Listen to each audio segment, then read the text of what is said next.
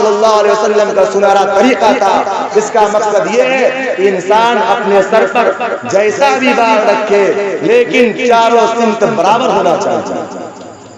آج اپنے نوجوانوں کے سر پر غیر شرعی بال دیکھ کر کے حیرت ہوتی ہے اور ہنسی بھی آتی ہے. ادھر والا علاقہ کو یتیم کر دیتے ہیں, ادھر والا علاقہ کو مسکین کر دیتے ہیں, اور پیچھے والا علاقہ کو زکات کا مستحق کر دیتے ہیں. کیا بلا بھائی, کس کی نقالی کر رہے ہو؟ اس سے آگے بڑھ کر آپ نوجوان کے پوشاک سے جائیں, وہ بھی پھٹا ہوا پینٹ جان بوجھ کر اپنے پیسے سے خریدتے ہیں. ہم لوگوں کا حال یہ تھا یا ہے بھی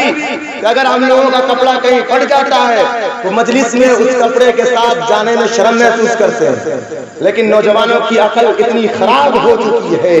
غیر کی تہذیب و تمدن نے اس کے اندر ایسا رنگ چڑھایا ہے, وہ حق کو ناحق اور ناحق کو حق سمجھنے لگا ہے, جس کا لازمی نتیجہ یہ نکلا ہے کہ وہ غلط کاموں کو بھی صحیح طور پر انجام دینے سے شرما نہیں رہا اور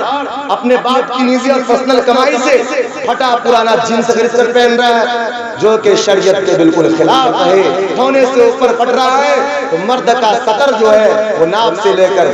گھٹنا تک ہے. اگر اس بیچ کا حصہ کھلا رہے گا تو وہ دیکھنا دکھانا دونوں کے جو ہے وہ شامل ہے. میرا محترم بزرگوں اور دوستو, کہنے کی غرض یہ ہے کہ آپ اپنی نظر سے ان چیزوں کو اگر دیکھ رہے ہیں جو شریعت کے خلاف ہے, سنت رسول کے خلاف ہے, کتاب اللہ کے خلاف ہے,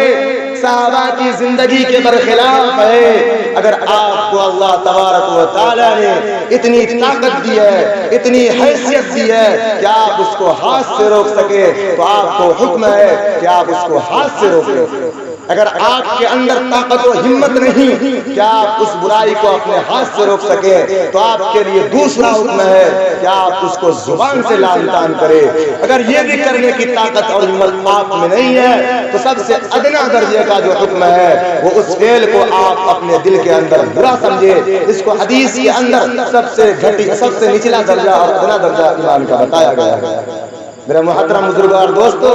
لیکن صورتحال جو کی تو ہے ہمیں دیکھنے کو مل رہا ہے. باپ کے سامنے بیٹا موبائل کے اندر فلم بینی کرتا ہے,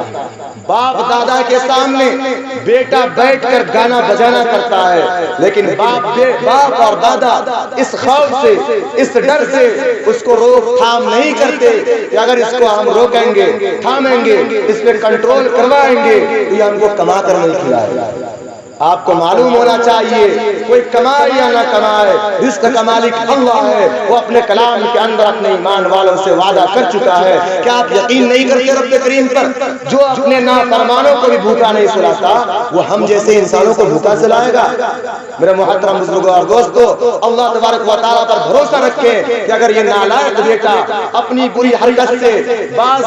کرنے کی وجہ سے مجھ سے دوری اختیار کرتا ہے, مجھے کما کر نہیں کھلاتا ہے, یہ جائز اپنے راستے, لیکن اپنی شریعت کے اندر ہم سمجھوتا نہیں کریں گے. اس کو روکیں گے بھی, اس کو تھامیں گے بھی, اس کو سمجھائیں گے بھی, اس کو نصیحت بھی کریں گے, لیکن شریعت کے معاملے میں ہم سمجھوتا نہیں کریں گے. لیکن حال یہ ہے کہ ہمارا پیٹ کا مسئلہ بنا کر کے بچوں کو کہیں سے کہیں پہنچا دیتے ہیں. جب وہ اور زیادہ پختہ ہو جاتا ہے گناہ میں, نوبت یہاں تک آتی ہے کہ وہ باپ کو باپ نہیں, دادا کو دادا نہیں, رشتہ دار کو رشتہ دار نہیں سمجھتا, تب جا کر کے کسی مولوی صاحب کے پاس جا کر رونا روتے ہیں. یہ بلا آپ نے ہی اس کے اندر پیدا فرمایا تھا, جس کا لازمی نتیجہ آپ کو خود اپنی زندگی میں دیکھنے کو ملے گا. اس لیے میرے معزز سامعین, آپ سب ہوش مند ہیں.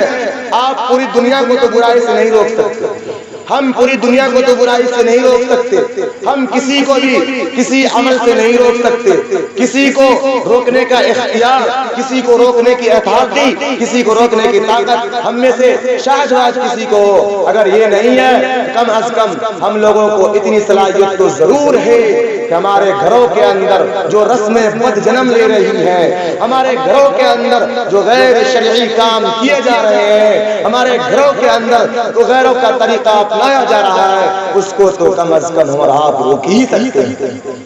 سب سے پہلے اللہ تبارک و تعالی نے ایمان والوں کو جو حکم دیا ہے وہ یوں دیا ہے, یا ایھا الذین آمنوا قوا انفسکم واہلیکم نارا. کہ ایمان والو بچاؤ سب سے پہلے اپنے آپ کو، پھر اپنے اہل و عیال کو اس آگ سے جس کا ایندھن انسان اور پتھر ہے۔ اس لیے ہمارے اور آپ کے لیے ضروری اور لازمی ہے کہ سب سے پہلے اپنے گھر کا قبلہ سیدھا کریں، سب سے پہلے اپنی بیوی بیٹی کو نصیحت کریں، سب سے پہلے اپنے بچوں کو راہ راست پر لانے کی کوشش کریں، سب سے پہلے اپنے ملحقین کو راہ راست پر لانے کی صحیح کریں، سب سے پہلے اپنے دوست یار کو بھٹکے ہوئے راستے سے ہاتھ پکڑ کر کے پیار و محبت کے ذریعے سے سمجھوتا کر کے سمجھا بجھا کر کے اس کو اپنے نبی کے مبارک دین پر لانے کی کوشش کریں۔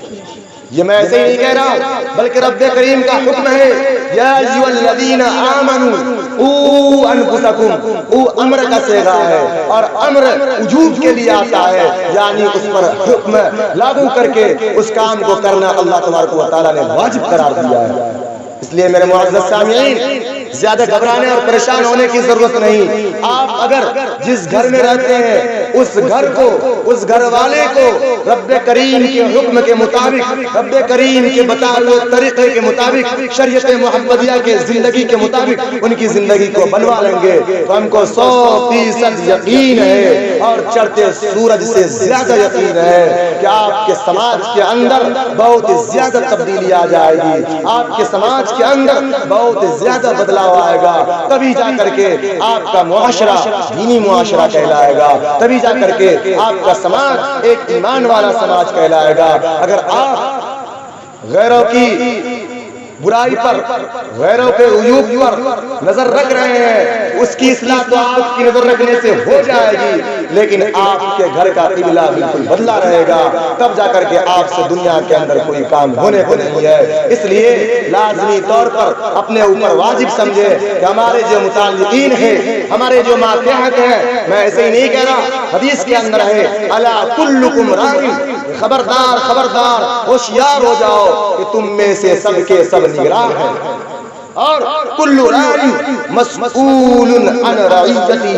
کہ تمام نگرانوں سے، تمام نگہبانوں سے کل قیامت کے دن اس کے ماتحت کے بارے میں سوال ہوگا۔ یہ بچے ہمارے ماتحت ہیں، ہم تمام اساتذہ کے ماتحت ہیں، اگر ان کی زندگی کے اندر کوئی چیز ایسی جنم لے رہی ہے جس کے ہوتے ہوئے یہ شریعت سے ہٹ سکتا ہے، جس کے ہوتے ہوئے یہ دین کو چھوڑ سکتا ہے، جس کے ہوتے ہوئے اس کی زندگی برباد ہو سکتی ہے، اور اس چیز کا علم ہم سبوں کو ہے بھی، تب بھی اگر ہم اس کو نہیں روک رہے ہیں تو کل قیامت کے دن ہم لوگوں کے گریبان پکڑے جائیں گے اور پوچھا جائے گا تمہارے پاس ہم نے امت کے خلاصہ کو دے جاتا، خلاصۃ القوم کو دے جاتا، جو کل کے ڈوبتی نیا کو پار لگانے والے تھے، خیبر ہار تھے، تم ان کے اندر برائی کو جنم لیتے ہوئے اپنی آنکھوں سے دیکھ کر بھی اس پر روک تھام نہیں کیے، اس کی وجہ سے تم کو جواب دینا پڑے گا۔ ٹھیک یہی حال آپ کے گھر کا ہے۔ آپ اگر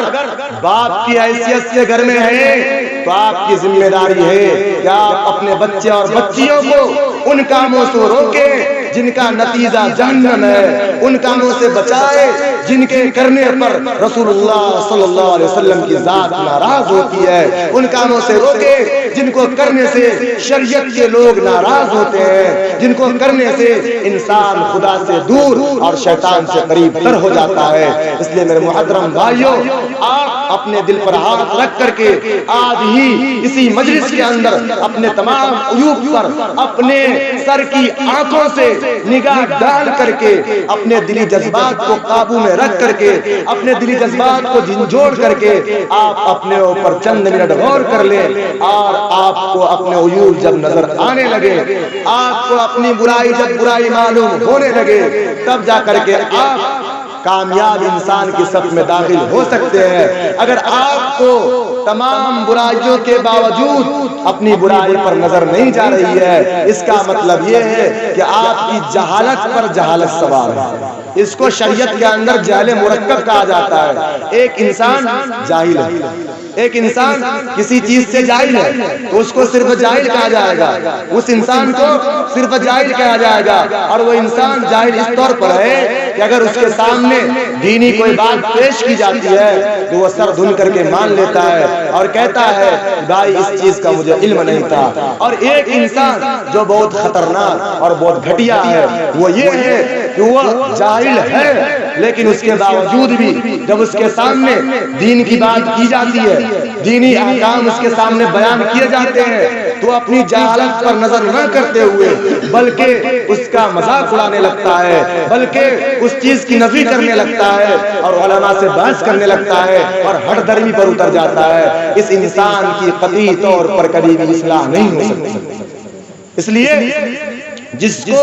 اپنی بیماری کا علم نہ ہو کہ ہمیں سردی ہے کہ نزلہ ہے کہ بخار ہے کہ زکام ہے کہ سر درد ہے کہ پیٹ درد ہے، وہ انسان اگر کسی ڈاکٹر کے پاس بھی جاتا ہے تو اس کا جانا بے سود ہوگا، اس لیے کہ اس کو اپنی بیماری کا علم نہیں ہے۔ وہ ڈاکٹر کے پاس جا کر اپنی بیماری کو نہیں بتا سکتا تو ڈاکٹر کس چیز کو پکڑ کر کے اس کا علاج کرے گا؟ ٹھیک اسی طریقے سے اگر کسی انسان کی جہالت پر جہالت سوار ہے، یعنی جاہل سے بڑا جاہل، یعنی انٹرنیشنل جاہل ہے، وہ اپنی جہالت کو بھی اپنا علم سمجھ رہا ہے، تو ایسے انسان کی کبھی بھی اصلاح نہیں ہو سکتی۔ وہ لاکھ سجدے پٹ کے، لاکھ ان کی پیشانی پر نماز کے نشان پڑ جائے، لاکھ ان کی جوانی بڑھاپے میں تبدیل ہو جائے، اگر ان کو ان کے عیوب پر نظر نہیں ہے تو قطعی طور پر اس کی اصلاح نہیں ہو سکتی۔ اصلاح کے لیے ضروری اور لازمی ہے کہ انسان کو اپنا عیب نظر آنے لگے، انسان کو اپنی برائی معلوم ہونے لگے، تبھی جا کر کے انسان اصلاح پذیر ہو سکتا ہے، تبھی جا کر کے انسان کی اصلاح ہو سکتی ہے۔ اس لیے میرے بھائیوں،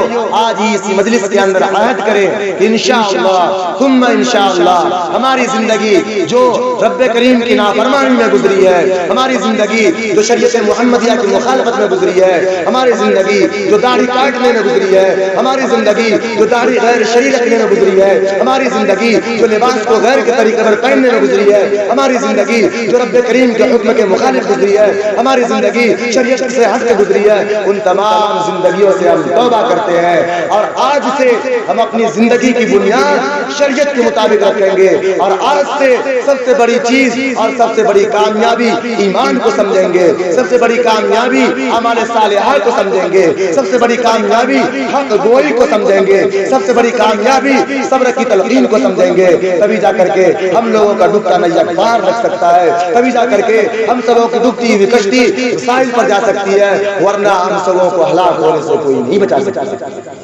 اللہ تبارک و تعالیٰ سے دعا کریں کہ اللہ تبارک و تعالیٰ ہمیں اور آپ کو کہنے سننے سے زیادہ عمل کی توفیق عطا فرمائے۔